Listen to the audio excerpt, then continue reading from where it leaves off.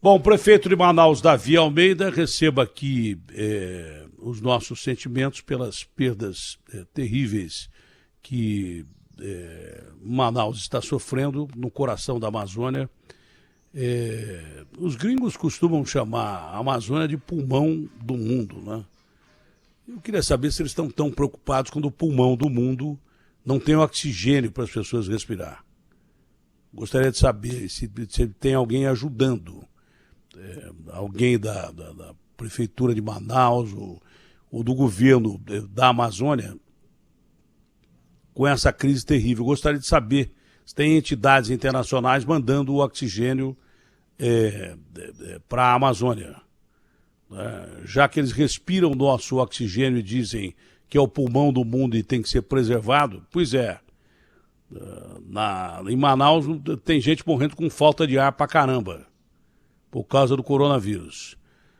Prefeito, foi apenas um comentário esse, eu não sou xenófobo, pelo contrário, o Brasil é um país miscigenado, eu descendo de italianos, aquele descende de português, o outro descende de espanhol, o outro descende de francês, o outro descende de americano. O Brasil é um país que abriu as suas portas para o mundo inteiro ajudar a ser hoje a grande nação que nós somos. A miscigenação é a nossa força, né, acima de tudo. Mas Manaus está vivendo uma situação terrível e a ajuda está chegando ou não, prefeito? Bom dia, Datena, bom dia a todos.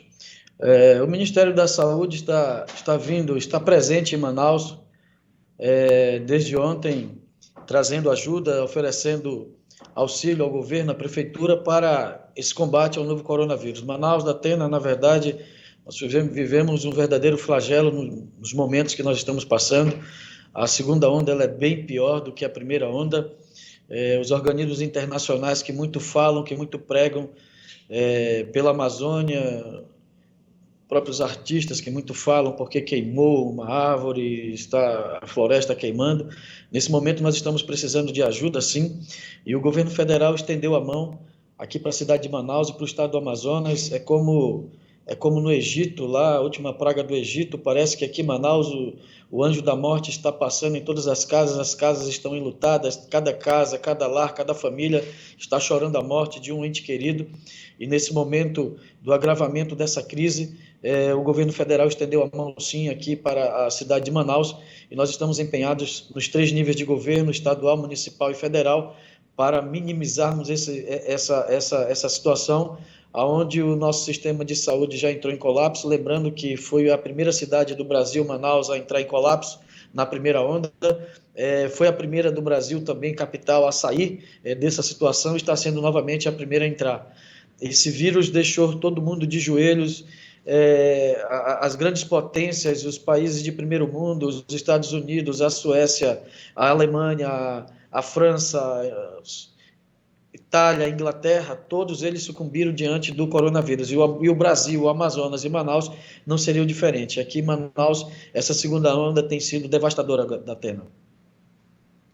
O senhor pode me dizer o que é a segunda onda mesmo? Que uma coisa é você ouvir falar, outra coisa é você ouvir o prefeito da cidade falar, porque, obviamente, tudo que acontece na cidade passa pelo prefeito. E tudo que está acontecendo em Manaus me parece muito grave, né? Sem querer ser pessimista e sem querer pintar o quadro de ruim, né, eu gostaria que o senhor me passasse a situação real da sua cidade que o senhor tem que administrar. Eu percebo pela sua fisionomia que, além de muito triste, o senhor está muito cansado. O senhor pode me dizer o que acontece especificamente agora, nesse exato momento, na cidade de Manaus? O sistema funerário muito comprometido. Estamos providenciando abertura de novos cemitérios, na verdade cemitérios verticais que nós não tínhamos aqui. Sistema de saúde, todos os níveis, atenção básica, média e alta complexidade, todos os hospitais particulares aqui da Atena. Um quarto, no caso um apartamento, já está sendo compartilhado por 2, 3 pessoas. Os hospitais particulares também não têm mais aonde internar pacientes. As pessoas estão sendo entubadas na recepção de hospitais aqui, os particulares. E os hospitais públicos já existem filas para que as pessoas possam ser atendidas. Estamos abrindo hoje, o governo federal com o governo do estado e a prefeitura, nós estamos abrindo aproximadamente mais 150 leitos no hospital particular, que é onde nós vamos ampliar para aproximadamente 300 leitos. O hospital federal que nós temos aqui, o Getúlio Vargas, será ampliado em mais 150 leitos.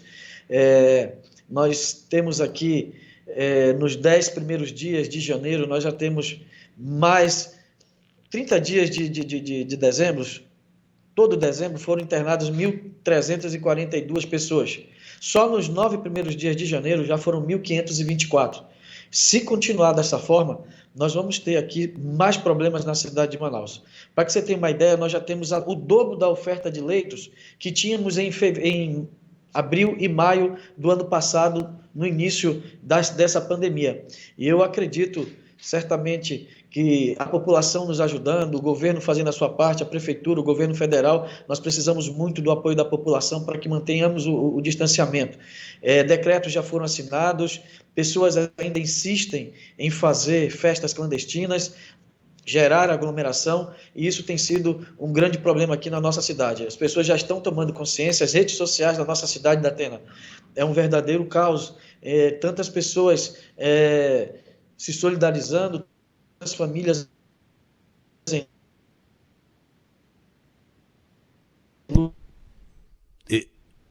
eu espero que estabeleça-se a comunicação de novo, corre lá, porque o quadro é muito triste. O senhor está me ouvindo, prefeito? O senhor está me ouvindo? Acho que agora a comunicação agora estabilizou. O senhor pode continuar. O senhor pode continuar o seu relato. Os hospitais públicos e particulares já não têm mais condições de atender. Nós estamos ampliando a rede, o governo federal, inclusive hoje, estão chegando cilindros de oxigênio. As empresas que servem aqui a cidade de Manaus já não conseguem produzir o oxigênio na capacidade da intensidade que se requer, em função do grande número de pessoas que precisam de atendimento de oxigênio. As cidades do interior, para que você tenha uma ideia, Manaus é uma cidade-estado. Nós temos mais da metade da população do estado na cidade de Manaus. 99% tudo cai das aí, UTIs, né? 99% e o resto do estado cai aí. Todos. Inclusive, para você pegar um paciente no interior, você precisa de uma UTI aérea, porque aqui nós não temos estradas. Para que você tenha uma ideia, nós precisamos de oxigênio, e para que eles cheguem de balsa ou de barco, são 7 dias para chegar.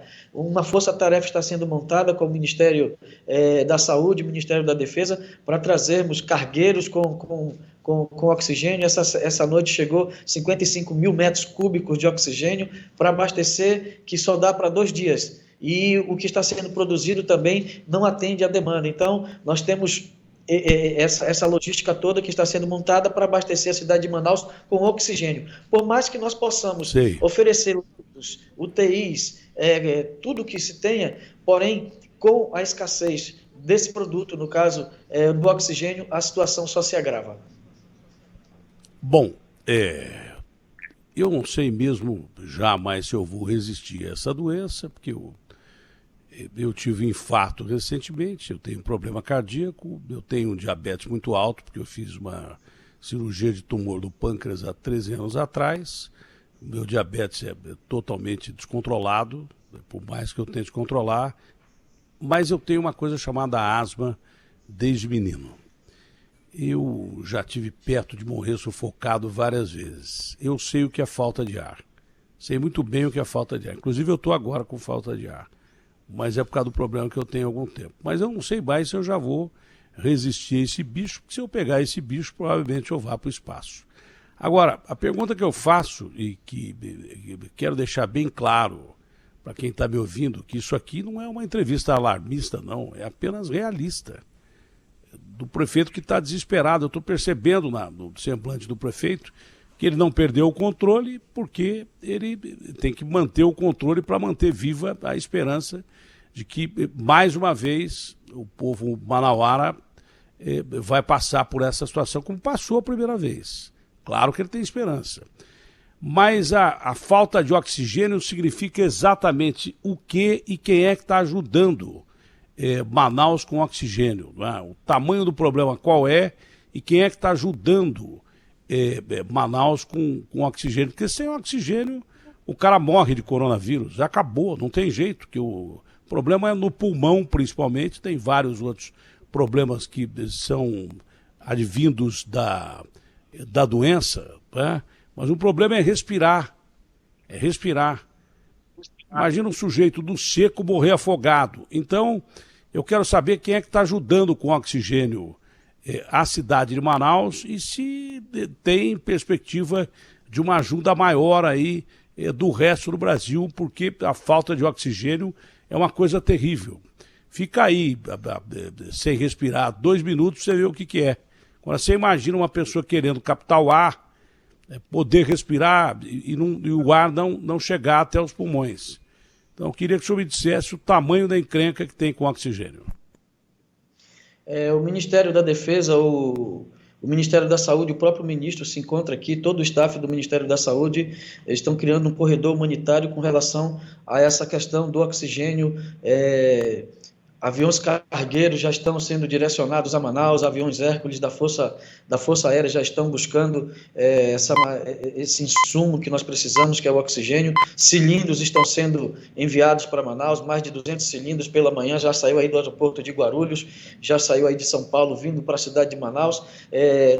Aviões vindo do sul do Brasil, que com base que foi firmada e que foi montada na cidade de São Paulo para que nós possamos criar esse corredor humanitário, no caso, direto de Manaus para Manaus, estão sendo, assim, a ajuda que nós estamos precisando. O Ministério da Defesa, o Ministério da Saúde, todos eles estão dando o apoio e o suporte necessário nesse momento, inclusive as cidades do interior que também estão padecendo com a falta desse insumo.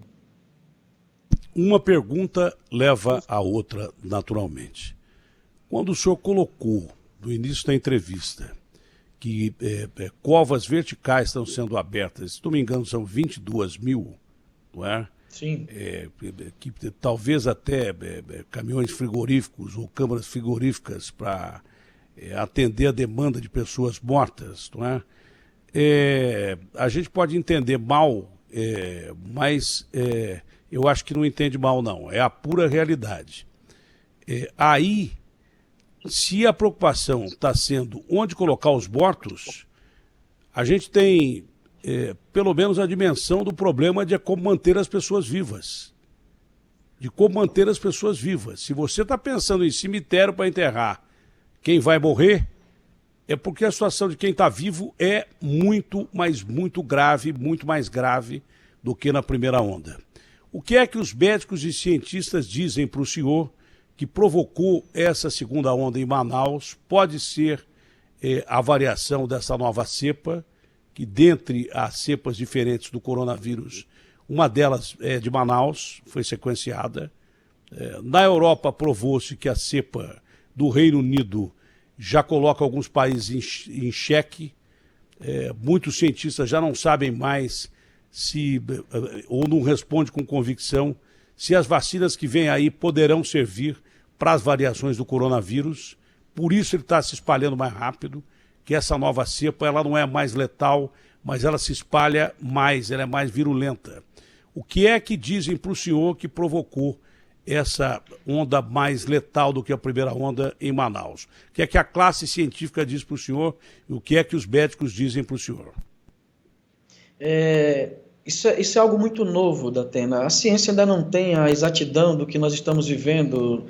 Todo mundo... o coronavírus, no meu entendimento, eu perdi minha mãe para essa doença, né? Tudo é muito novo. Eu vejo que ela age de forma diferente em pessoas diferentes. E o que se tem aqui é que Manaus, como foi a primeira cidade a sair da primeira onda, daquilo que se chama primeira onda, se é que nós podemos falar assim, as pessoas acomodaram, aglomerações, festas, as pessoas, todas elas, sem os cuidados necessários, não todas, mas muita parte da população que não tomava as providências, não tomava as medidas de distanciamento, de higienização, no caso com a máscara, os cuidados necessários. E eu acredito que esse movimento de acomodação em função de termos ultrapassado aquele primeiro momento, isso contribuiu muito. E o que se fala de segunda onda, dessa nova cepa, tudo é muito novo, não se pode afirmar com certeza, com convicção, o que está acontecendo. Porém, eu posso te dizer que, certamente, é algo muito mais forte do que aconteceu na primeira vez, lá no início da pandemia, em abril e maio, onde nós estivemos, a cidade de Manaus esteve com problemas muito difíceis. O que nós estamos enfrentando hoje é bem maior do que nós enfrentamos no ano passado. Por isso, para que você tenha uma ideia, nós temos mais do que o dobro de oferta de leitos nos hospitais públicos da cidade de Manaus e também nos hospitais particulares. Ainda assim, mais do que o dobro do que nós tínhamos no início da pandemia, nós não estamos, o Estado, a Prefeitura, o governo federal não está dando conta de atender as pessoas. Portanto, tudo o que acontece na Europa, nos Estados Unidos e o que está acontecendo em Manaus, se não tomarem providências nos estados que estão assistindo o que está acontecendo aqui, certamente vão acontecer nos outros estados, porque se repetem todos os estados, em todos os países, se repetem, porque o coronavírus ele veio exatamente no momento em que ninguém esperava e ninguém estava preparado para enfrentar esse vírus.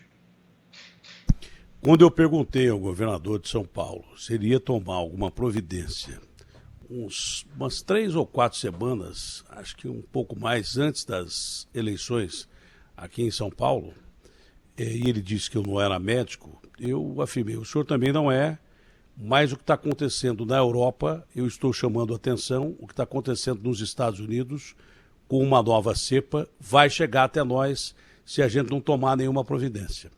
Muitos políticos foram negacionistas, eles que criticaram o presidente da República, que foi negacionista, e ele foi mesmo, não usava máscara, não acredita muito na doença, passou pela doença. Mas muito político que criticou o presidente Jair Bolsonaro fez igualzinho o que o presidente fez, ou até pior.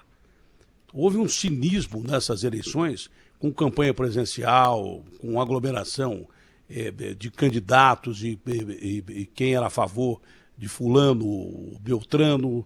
Foi um cinismo político terrível. Essas eleições ajudaram muito para isso. Isso fez crer que a doença já tinha ido embora e que não ia voltar para o Brasil. Tá? E por isso que nós tivemos aglomeração em praia, tivemos aglomeração em festas, por isso que nós tivemos aglomeração mesmo em festas familiares no final de ano, por causa desse cinismo político que há no país, tá? Dessa história de que olha lá, enquanto o cara está fazendo errado, ele está fazendo errado, mas eu posso fazer que ninguém vai ver.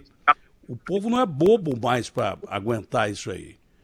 Mesmo porque a conta que Manaus está pagando, é provável que nós paguemos no resto do Brasil, como o senhor disse.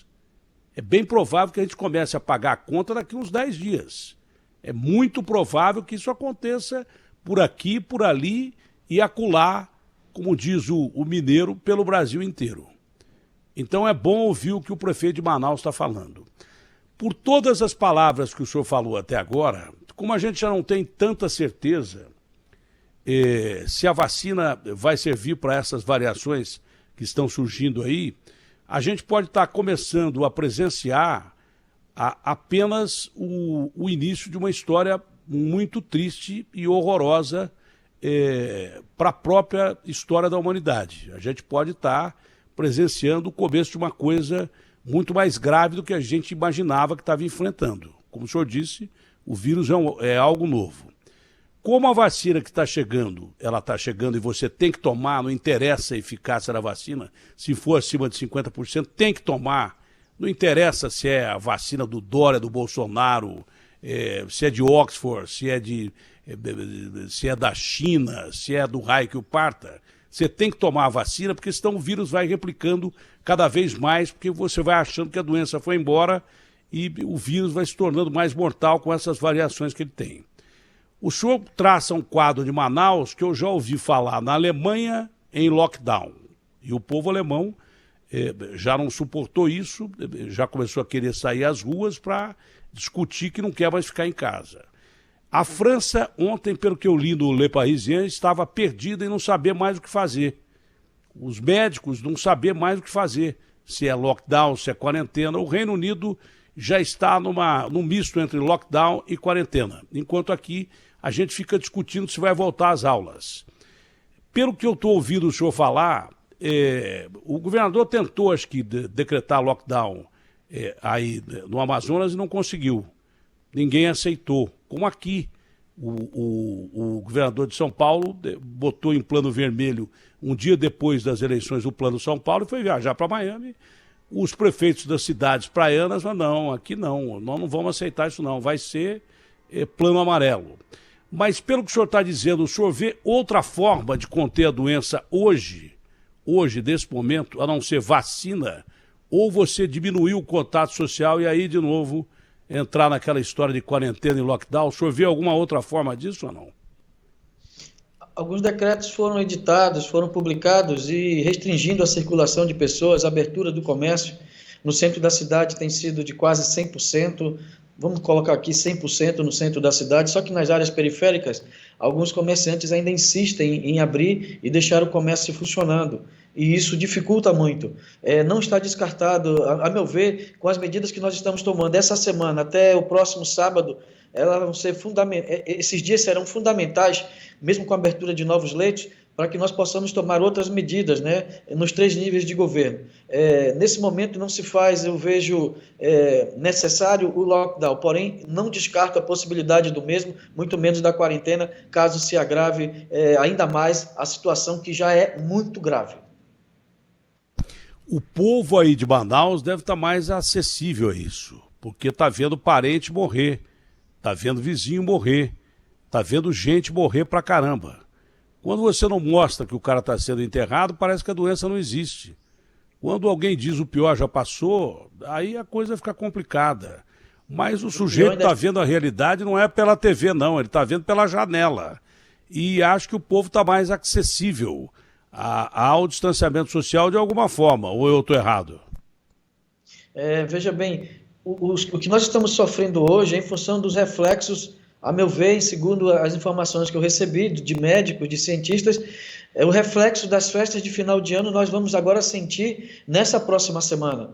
Os 9 primeiros dias de janeiro foram superiores a todos os 31 dias de dezembro. E todo aquelas festas... O senhor está querendo dizer que vai ficar pior?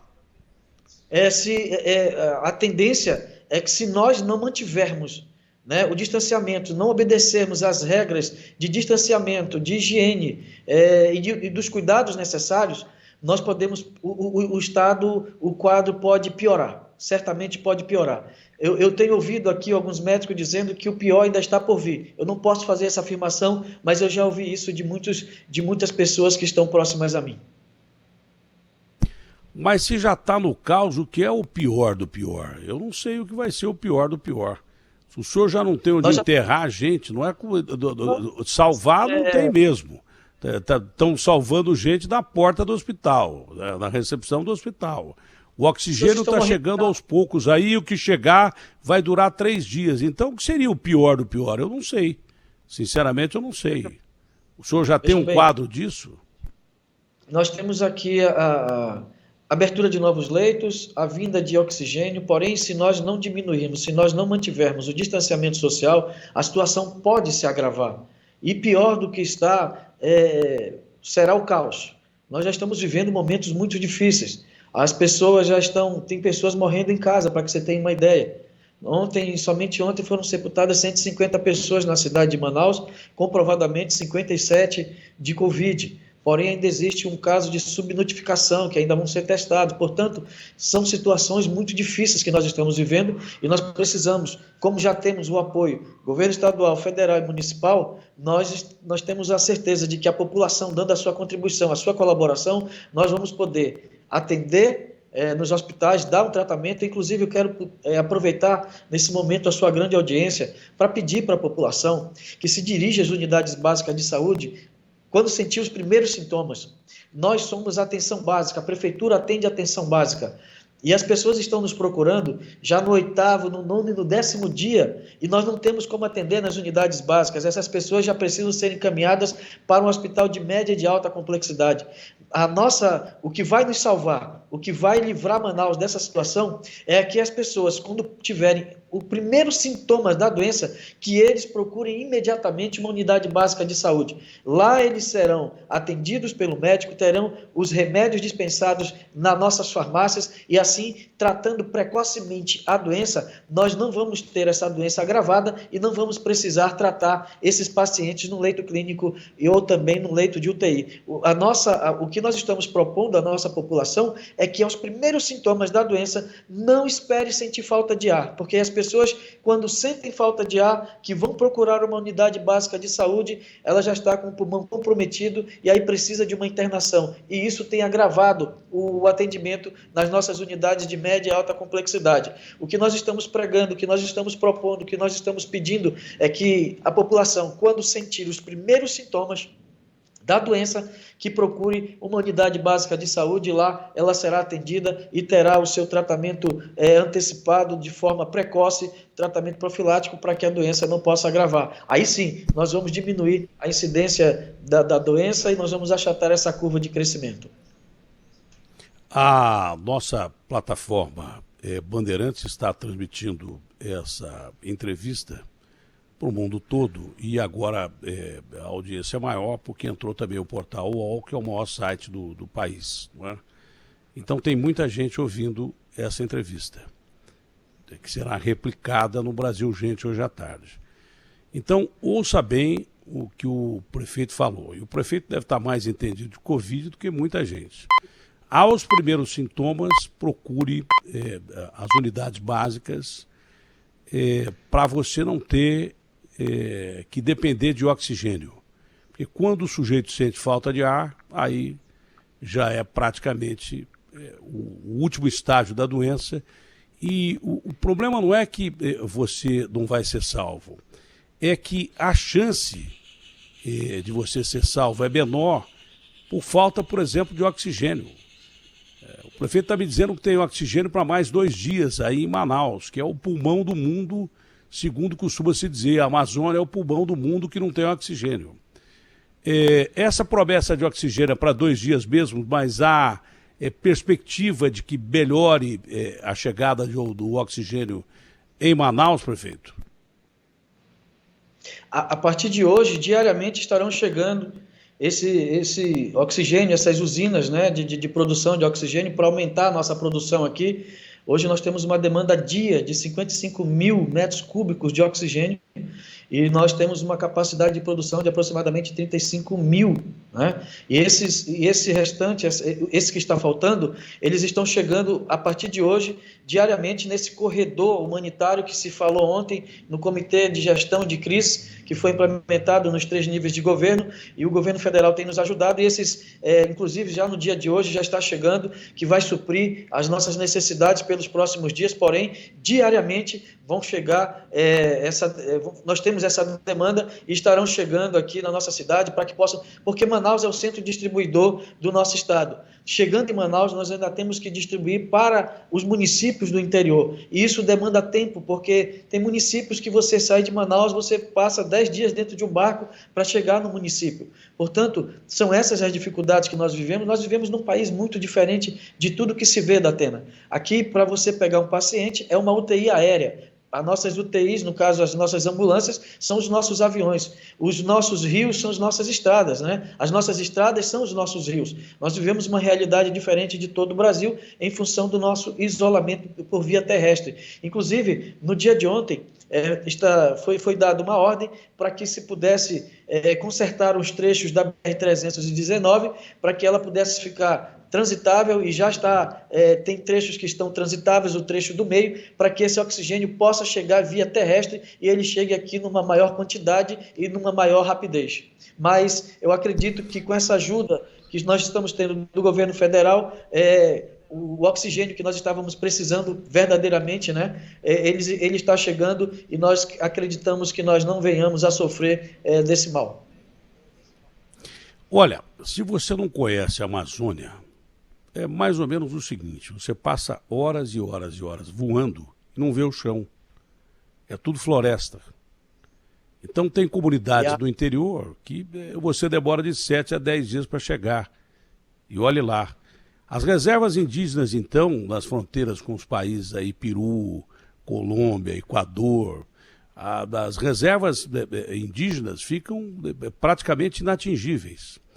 Quando eu digo que é possível o desenvolvimento sustentável da Amazônia, até para você preservar, ao invés de ficar deixando o país estrangeiro com interesses escusos atuando na Amazônia, tem comunidade indígena que fala francês e inglês, não fala português, além do tupi-guarani ou as línguas próprias das comunidades indígenas. Quando eu digo que tem que ter desenvolvimento sustentável, porque você tem que ter, sem ferir a selva, você tem que ter como chegar nessas cidades do interior e até nessas comunidades indígenas. Eu pergunto para o senhor, se demora 7, 10 dias para chegar numa cidade do interior do Amazonas, e são poucas, porque demograficamente é muito pouco ocupado o Amazonas pela preservação que nós temos da Amazônia, né?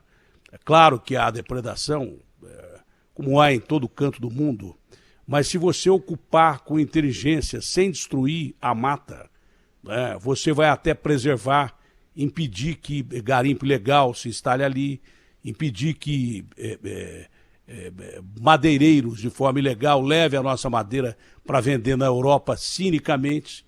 Muito país que mete o pau aqui, compra madeira da Amazônia, madeira ilegal. Então, como é que você vai deixar essas comunidades isoladas como elas estão? Se demora de 7 a 10 dias para chegar numa comunidade dessa, numa comunidade indígena que fica nos contrafortes do país, quem pegar coronavírus numa comunidade indígena, e os indígenas são mais suscetíveis, não é, às contaminações, não é? É impossível você salvar uma pessoa que está contaminada dentro de uma reserva indígena lá no fim do mundo. O que é que está sendo feito para que essas comunidades sejam abastecidas? Eu não sei se as Forças Armadas brasileiras já devem estar em ação. O que é que está sendo feito num plano emergencial? Porque isso já chegou nas comunidades indígenas. Se está em Manaus, já chegou. Porque há contato do índio com o homem branco direto, você não tem a dúvida. Há contato. E outra pergunta, se tem entidade internacional ajudando essas comunidades indígenas nesse momento terrível que o Amazonas está passando. Que eu saiba, não tem. Eu posso falar por Manaus, Datena, porque eu sou prefeito de Manaus. Já fui governador do Amazonas e eu sei a realidade, por isso que eu falo com tranquilidade. Eu quero aproveitar a oportunidade que você me dá e a grande audiência e dizer exatamente isso, Datena. Nós somos o estado do Brasil que mais preserva. Nós somos o exemplo para o mundo de preservação ambiental. Nós temos o exemplo a dar para o mundo. Ninguém consegue ensinar como se preserva mais e melhor do que o amazonense. Nós vivemos num estado que tem 97% da sua floresta preservada. E isso que era para ser, essa preservação, esse dever de casa que o Amazonas faz, que era para servir a nosso favor, exatamente os organismos internacionais que pressionam o governo para que nós nos mantenhamos isolados. Se nós somos os que mais preservamos, por que nós vivemos isolados? Existe uma grande mentira em torno da BR-319, é uma estrada que é transitável o ano todo. Só que você anda numa estrada do ano todo, você gasta muito tempo com atoleiros, com uma estrada arrebentada durante o inverno, que é a chuva. E aqui, durante o verão, você anda a 120 km por hora nessa estrada da Atena. Qual a diferença de você andar numa estrada asfaltada e numa estrada de barro? Nos mantém aqui, nos punem. Nós somos punidos por sermos os preservadores da floresta.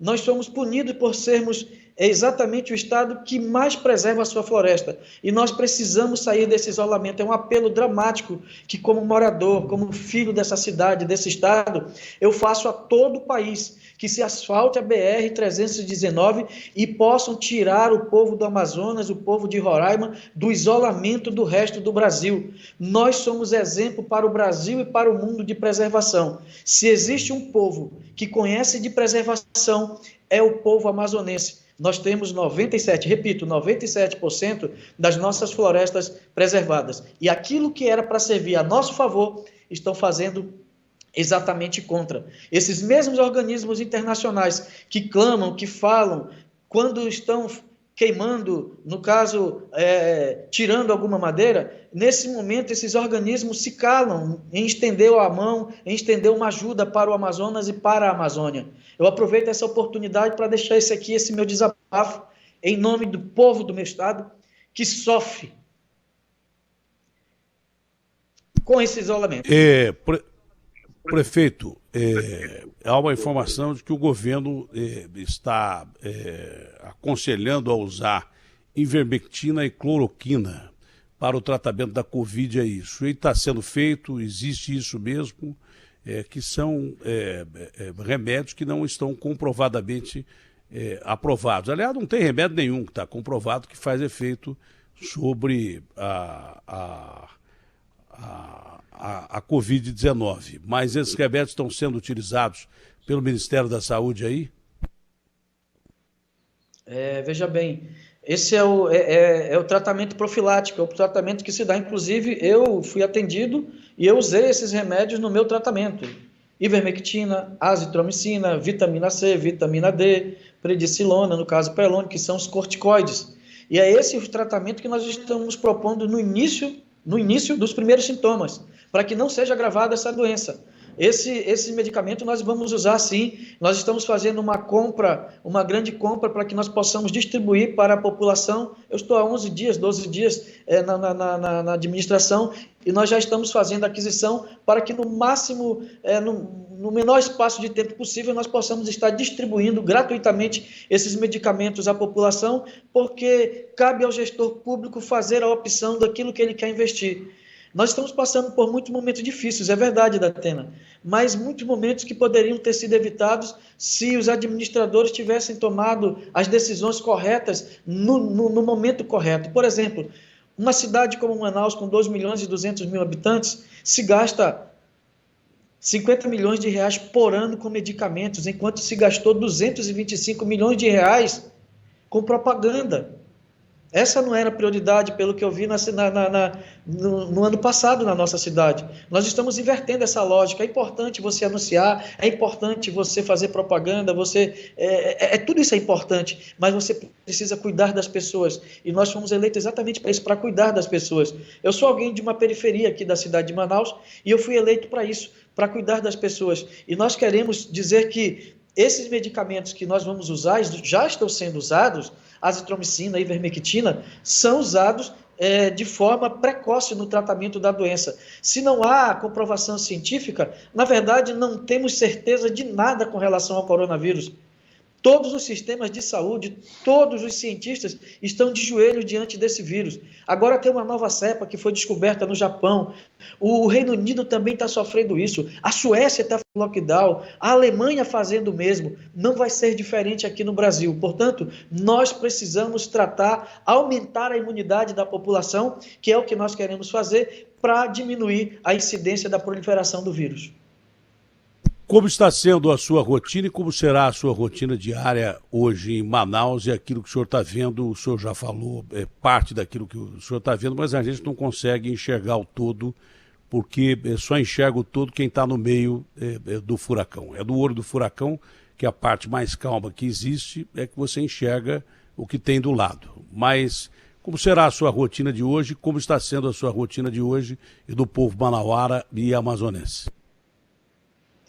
Nesse momento nós estamos inaugurando a maior UBS, Unidade Básica de Saúde do município aqui na cidade de Manaus, na Zona Centro-Sul, para fazer acolhimento dessa população e distribuição também de medicamentos. Eu tenho dormido pouco, 5, 6 horas por dia, por noite, trabalhado diuturnamente, acordando 4h30 da manhã, já fazendo reuniões via aplicativos com os meus secretários, e nós estamos trabalhando em todas as frentes, né? Eu quero aqui deixar aqui uma mensagem para os profissionais da saúde da cidade de Manaus e do estado do Amazonas, esses verdadeiros heróis, médicos, enfermeiros, auxiliares de enfermagens, os maqueiros, os motoristas de SAMU, a todas as pessoas da recepção, do administrativo, todas essas pessoas também da limpeza pública. Estamos sanitizando, higienizando feiras, mercados, estamos todos esses trabalhadores da limpeza pública, todos os funcionários dos 3 níveis de governos envolvidos no combate a esse vírus, eles estão de parabéns e são verdadeiros heróis que merecem os nossos aplausos, as nossas, sem dúvida alguma, os nossos cumprimentos da Atena. Essa é a realidade, muito trabalho, pouco descanso, e nós vamos em busca de tirar Manaus da situação adversa que nós nos encontramos. Para encerrar, quantas pessoas estão morrendo por dia aí, e se o senhor acha que pela dificuldade de testagem, subnotificação, está morrendo mais gente e já morreu mais gente nessa segunda onda que o senhor disse que é muito pior que a primeira? Eu estou com o celular aqui ao lado, me permita, eu vou abrir aqui o celular e vou te passar aqui os números exatos. Ontem foram sepultados 150 pessoas nos cemitérios de Manaus, os públicos e os particulares. 57 foram notificados por Covid. Desses, nós temos aqui óbitos em domicílio, 18 pessoas que morreram em domicílio que ainda precisam ser notificadas. Isso é uma situação que vem aumentando a cada dia, os óbitos têm aumentado a cada dia. Antes de ontem foram 144, ontem foram 150, e assim tem sido crescente a cada dia. É por isso que nós estamos pregando, estamos pedindo à população que possa se conscientizar, que possa manter o distanciamento social, que os comércios continuem fechados por esse período de pelo menos 15 dias, para que nós não possamos editar decretos mais restritivos. Com os decretos que já foram editados, eu acredito, e a colaboração da população, nós vamos conseguir achatar essa curva e diminuir a incidência e a proliferação do vírus aqui na cidade de Manaus. Prefeito, que o oxigênio chegue, mas que principalmente chegue a solução para o problema, porque é duro aguentar tanto sofrimento. É aquilo que eu disse, né? Antigamente a gente via a doença pela tela do celular, pela tela da televisão. Aí em Manaus nós já chegamos ao ponto de ver a morte pela janela de casa ou dentro de casa. Muita gente morrendo dentro de casa, não é porque quer, é porque não tem mais hospital, tá? Muita gente olhando pela janela e vendo alguém do vizinho morrer, vendo parente morrer, vendo amigo morrer. É uma situação realmente traumática. A gente nem sabe o que vai gerar isso psicologicamente na população mundial, né? Mas esse terror o senhor está vivendo no dia a dia. Que Deus lhe dê forças, ao senhor e ao povo manauara e amazonense, e que a ciência os ajude, iluminadas por Deus, todas as ramificações científicas ajudem a achar um caminho para a gente acabar com esse flagelo que eu repito, pode ser apenas o início de uma coisa muito ruim que ainda está por acontecer. Muito obrigado ao senhor e fique com Deus. Deus abençoe o Brasil, Deus abençoe o Amazonas, Deus abençoe Manaus. Muito obrigado pela oportunidade. Muito obrigado. Bom dia.